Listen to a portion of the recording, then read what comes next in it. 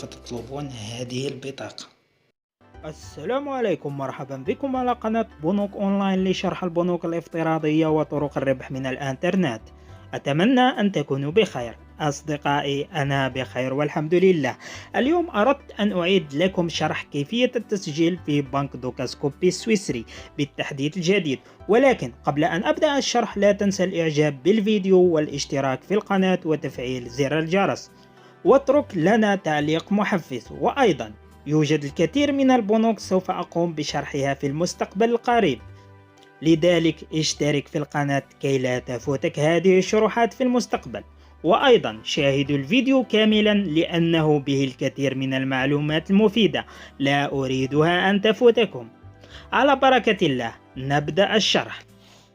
لمن لا يعرف بنك دوكاسكوبي، هو بنك سويسري يمنحك حساب بنكي سويسري إيبان، ويمكنك استلام عليه الأموال من جميع دول العالم، وأيضا يمنحك بطاقة فيزا حقيقية وبطاقة فيزا افتراضية. الأمر الرائع في هذا البنك أنه يدعم البيتكوين وباقي العملات الافتراضية. يمكنك ربط بطاقة دوكاسكوبي مع باينانس وشراء البيتكوين بدون مشاكل. البطاقة من نوع فيزا يمكنك تفعيل بها الباي بال تفعيل كلي. البطاقة مقبولة في جميع المواقع. أصدقائي، بطاقة دوكاسكوبي مدفوعة وليست مجانية، سعرها حوالي 14 يورو. هذا بالنسبة للبطاقة الحقيقية. أما البطاقة الافتراضية سعرها 7 يورو. يمكنكم التسجيل في هذا البنك ببطاقة التعريف البيومترية أو جواز سفر، والأمر الرائع بعد التسجيل سوف تحصل على هدية 5 يورو في حسابك عند استعمال كود الدعوة الخاص بي. سوف أترك لكم رابط تحميل تطبيق البنك في صندوق الوصف أسفل الفيديو.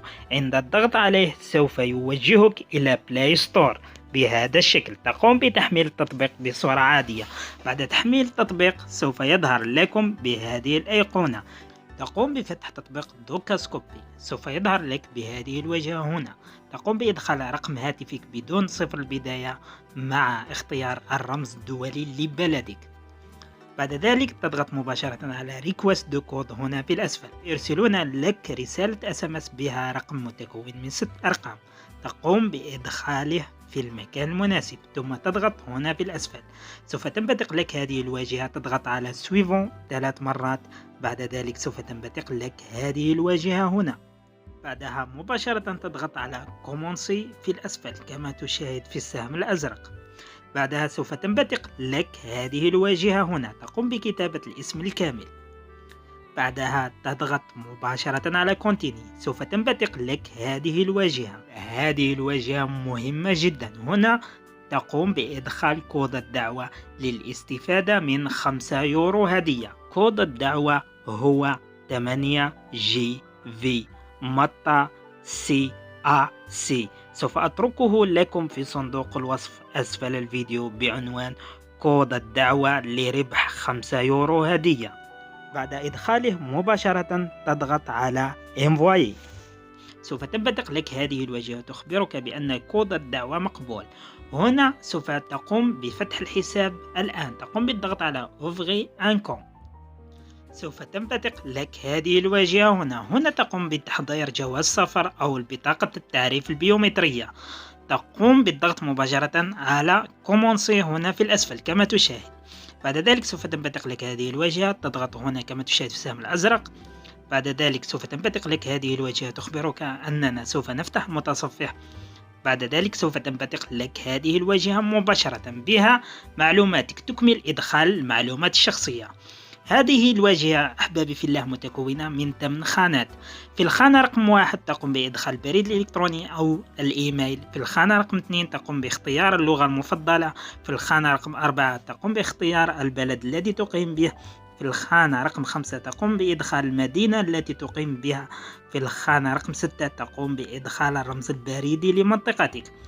في الخانة رقم 7 تقوم بإدخال الحي أو المنطقة التي تقيم بها. في الخانة رقم 8 إن كنت تملك رقم للمنزل تقوم بكتابته. إن كنت لا تملك تقوم بكتابة رقم فقط في البطاقة سوف تصلك. هنا هذه الخانة تتركها فارغة ثم تقوم بتعليم هذه الخانة هنا. كما تشاهد هنا أنا أكملت إدخال المعلومات، قمت بتعليم هذه الخانة كما تشاهد في السهم الأحمر، ثم تضغط مباشرة على Next.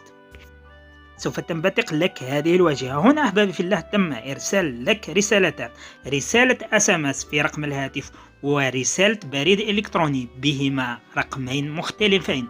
تقوم بإدخال تلك الأرقام. هنا في الخانة الأولى تقوم بإدخال الرقم المرسل في البريد الإلكتروني، وفي الخانة الثانية هنا تقوم بإدخال الرقم المرسل في رسالة الSMS.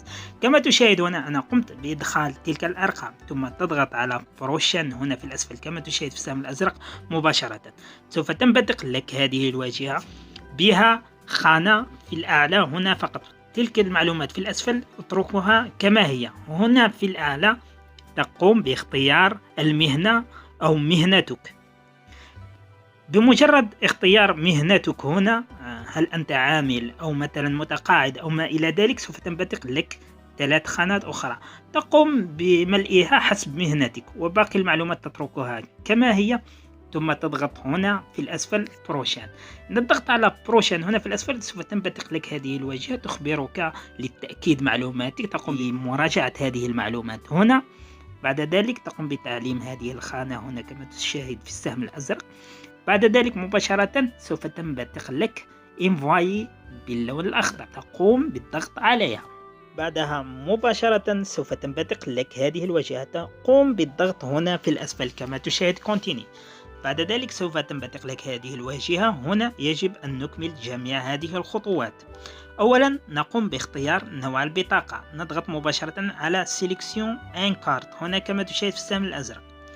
بعد ذلك سوف تنبثق لك هذه الواجهة. هنا نقوم باختيار نوع البطاقة التي سوف نطلبها ربما في المستقبل. من الأفضل أن تختار فيزا هنا كما تشاهد في السهم الأزرق، فيرتيول أو بلاستيكية كما تشاهد هنا في السهم الأخضر والسهم الأحمر. السهم الأحمر بلاستيك وهنا في السهم الأخضر فيرتيول. أنا هنا قمت باختيار فيزا، نوع البطاقة هي فيزا، وهنا فيرتيول. ثم تضغط على إيتاب سويفون، أو يمكنك اختيار نوع البطاقة فيزا وبلاستيكية كما تشاهد، ثم تضغط على إيتاب سويفون. بعد ذلك سوف تنبثق لك هنا هذه الواجهة تخبرك ما هي عملة البطاقة. أحبابي في الله، من الأحسن أن تختاروا العملة هي إما يورو هنا كما تشاهد أو الدولار. لا أنصحكم بالفرنك السويسري والجنيه الاسترليني، لا أنصحكم بهم. أنصحكم إما يورو أو دولار. كما تشاهد هنا أنا اخترت يورو. ثم سوف تنبثق لك هذه الواجهة هنا، تضغط على إيتاب سويفو. بعد ذلك هنا سوف تنبثق لكم هذه الواجهة. هنا تطلب منكم هذه الواجهة ما هي طريقة شحن البطاقة أو إرسال البطاقة لكم. إن أردت اختيار إكسبريس هنا كما تشاهد إكسبريس، سوف يكون سعرها ما يساوي 25 يورو. أما أنت تختار هنا ستاندر أو إرسال لكم البطاقة بطريقة عادية، هنا سوف تكلفكم فقط 14 يورو كما تشاهد. ثم تضغط على إيتاب سويفون.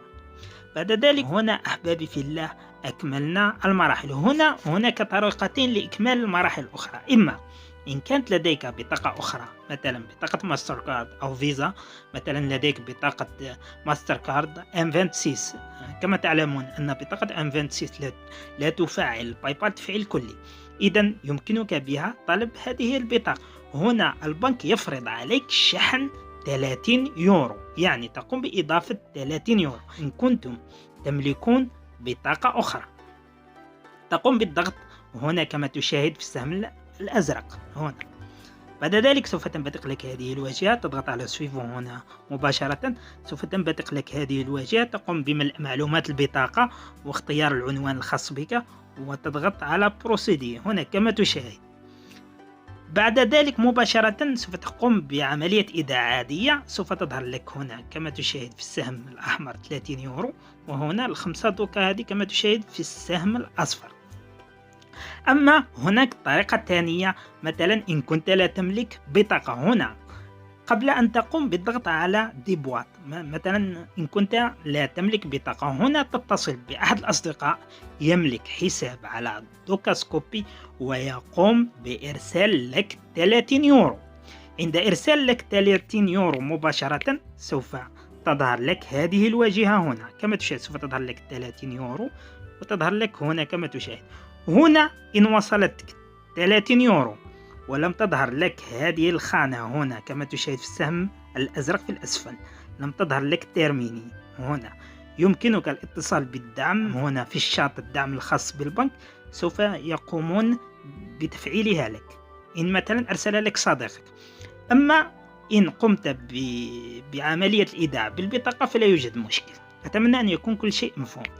بعد ذلك مباشرة عند مشاهدة هذه الخانة هنا ترميني، الآن ننتقل إلى تأكيد الهوية. تقوم بتأكيد الهوية بواسطة جواز سفر أو بطاقة التعريف البيومترية. تقوم مباشرة بالضغط هنا كما تشاهد في السهم الأزرق. بعد ذلك سوف تنبثق لك هذه الواجهة هنا، سوف تظهر لك كما تشاهد هنا في السهم الأزرق، سوف تظهر لك هنا كتابة باللون الأحمر. تقوم بالضغط عليها وسوف تقوم باتصال مع البنك، اتصال فيديو. سوف يسألك على اسمك وتقوم بإظهار له جواز سفر أو البطاقة البيومترية. سوف يقوم بتصويرك صورة سيلفي ويقوم بتصوير جواز سفر أو تصوير البطاقة البيومترية. بعدها مباشرة سوف يقطع الاتصال. سوف تظهر لك هنا كما تشاهد فيريفيكاسيون ديدونتيتي تيرميني. هنا بعد تنتظر حوالي 12 ساعة أو حوالي 10 ساعات. بعد ذلك يقومون بإرسال لك هذه الرسالة كما تشاهد هنا. أحبابي في الله، هذه الرسالة بها رابط سوف تصلك هنا. هذه الرسالة سوف تصلك هنا في تطبيق دوكاسكوبي، وأيضا سوف تصلك في البريد الإلكتروني، وأيضا سوف تصلك رسالة SMS بها كلمة سر مؤقتة. هذه كلمة سر مؤقتة سوف تصلك في رسالة SMS، وأيضا سوف تصلك في رسالة بريد إلكتروني كما تشاهد. أحبابي في الله، أنت مباشرة بعد وصول هذه الرسالة تقوم سوف يرسلون لك هذا الرابط. مثلا بالنسبة للبريد الإلكتروني تقوم بالضغط عليه هكذا من البريد الإلكتروني، أو تقوم بالضغط هنا من الماسنجر الخاص بدوكاسكوبي. بعد الضغط عليه مباشرة ذلك الرابط سوف تظهر لك هذه الواجهة.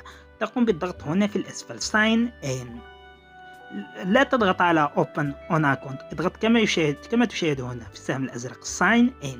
عند الضغط على Sign In سوف تنبثق لك هذه الواجهة. تقوم بإدخال رقم الهاتف الخاص بك هنا، وهنا كلمة السر تقوم بإدخال تلك كلمة السر المؤقتة التي أرسلوها لك، ثم تضغط على Continue. سوف تستلم رسالة SMS بها رقم تقوم بإدخاله.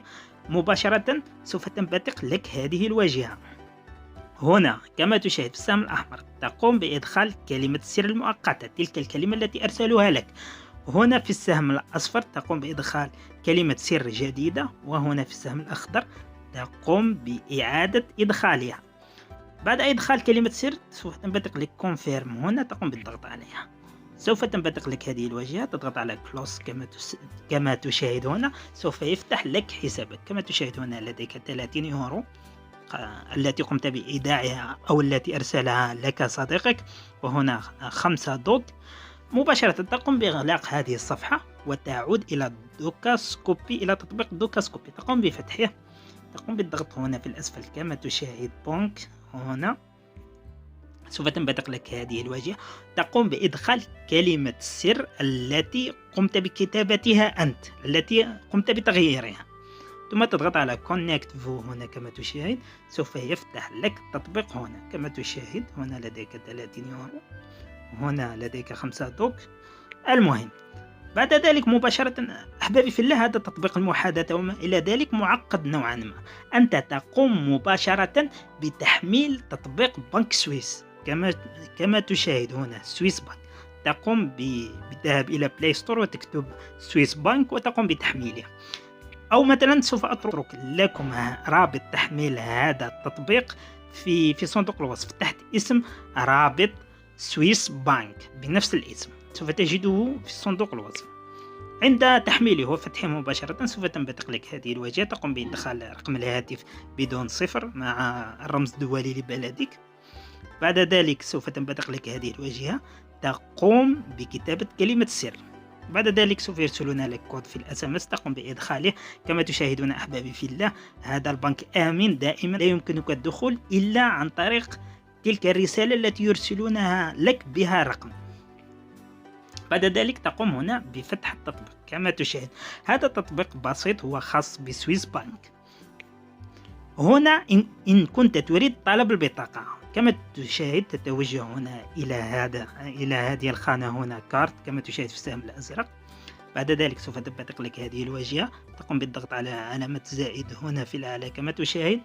بعد ذلك سوف تنبثق لك هذه الواجهة، إما تختار بطاقة فيرتيول أو بلاستيك. مثلا أنا قمت باختيار بلاستيك. هنا تقوم باختيار هنا في السهم الأخضر نوع البطاقة فيزا أو ماستر كارد، وأنصحكم دائما ببطاقة فيزا.